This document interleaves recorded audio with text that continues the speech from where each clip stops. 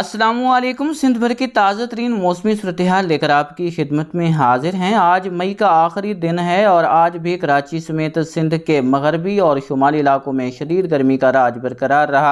महसूस किया जाने वाला दर्जा हरारत आज भी 45 डिग्री सेंटीग्रेड से ज़्यादा देखने को मिला।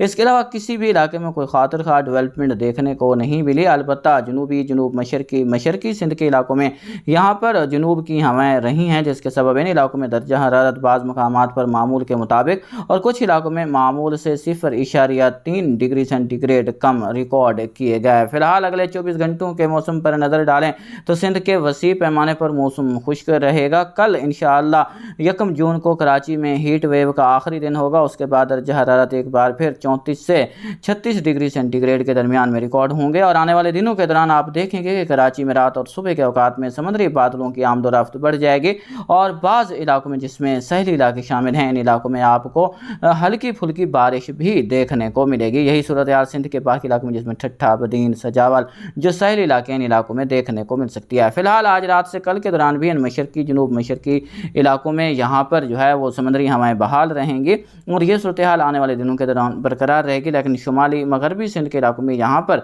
हवाओं की शिद्दत में कमी बनी रहेगी, लेकिन अब आहिस्ता आहिस्ता जो खुश्क हवाएं आ रही थी उनमें कमी आ जाएगी। तो 2 जून से उम्मीद है कि मौसम में कुछ बेहतरी देखने को मिलेगी। यहाँ पर आगाह करता चलूँ कि फिलहाल कोई बड़ा सिलसिला 3 जून तक आने की उम्मीद नहीं है। मौसम ज़्यादातर खुश्क और गर्म ही रहेगा। इक्का दुक्का मकामात पर आपको 1, 2, 3 जून के दौरान लोकल डेवलपमेंट देखने को मिल सकती है। अलबत्ता 4, 5, 6 और 7 जून के दौरान शुमाली सिंध के इलाके शामिल हैं। इसके अलावा थरपारकर के इलाके शामिल हैं। यहाँ पर डेवलपमेंट में इजाफा मुतवक्के है, जिसमें जैकबाबाद, मुइंजो दोड़ो, सखर, लाड़काना, पनुआ, केल, ढेरकी के इलाके शामिल हैं। जाम शोरो, दादू, टंडवाला यार, मटियारी, इसके अलावा हैदराबाद के इलाके शामिल हैं। थरपारकर के इलाके शामिल हैं। इलाकों में लोकल डेवलपमेंट के इम्कानात कुछ ज़्यादा दिखाई दे रहे हैं। जहां पर थंडर सेल ताकतवर रहे वहां आंधी के साथ बारिश भी देखने को मिल सकती है। अब ये सिंध पूरे में बारिश हो ऐसी उम्मीद नहीं है, क्योंकि लोकल डेवलपमेंट के बारे में आप जानते हैं कि चंद इलाकों में ही बारिश का सबब बनती है। जब तक कोई प्री मानसून का बाकायदा सिलसिला असरअंदाज नहीं होगा, वैसे सिंध में किसी बड़ी बारिश की उम्मीद नहीं है और कोई बड़ा सिलसिला फ़िलहाल हमें 20 जून तक आता दिखाई नहीं दे रहा।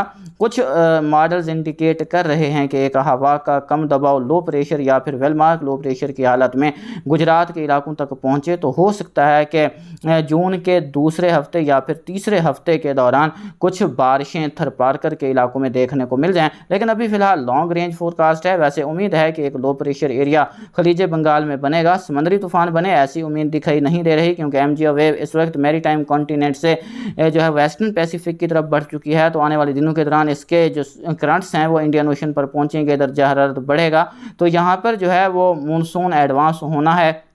मानसून उम्मीद है कि जून के आखिरी हफ्ते में थरपारकर के इलाकों को कवर कर लेगा और जुलाई के पहले हफ्ते तक ये पाकिस्तान के अक्सर मकामात पर अपनी पोजीशन मुस्तहकम कर लेगा और जुलाई, अगस्त, सितंबर के दौरान सिंध के तमाम इलाकों में मामूल से ज़्यादा बारिश की मिकदार रिकॉर्ड होने का इम्कान मौजूद है। कराची, हैदराबाद, टंडवाला यार, टंडो मोहम्मद खान, नवाब शाह, सखर, लाड़काना, कश्मोर, घोटकी, थरपारकर, सांगड़, मीरपुर खास, उमरकोट, इस्लामकोट, ठट्ठा, बदीन, सजावल, मकली, केटी बंदर, इन तमाम इलाकों में मामूल से ज़्यादा बारिश रिकॉर्ड होने का इम्कान है।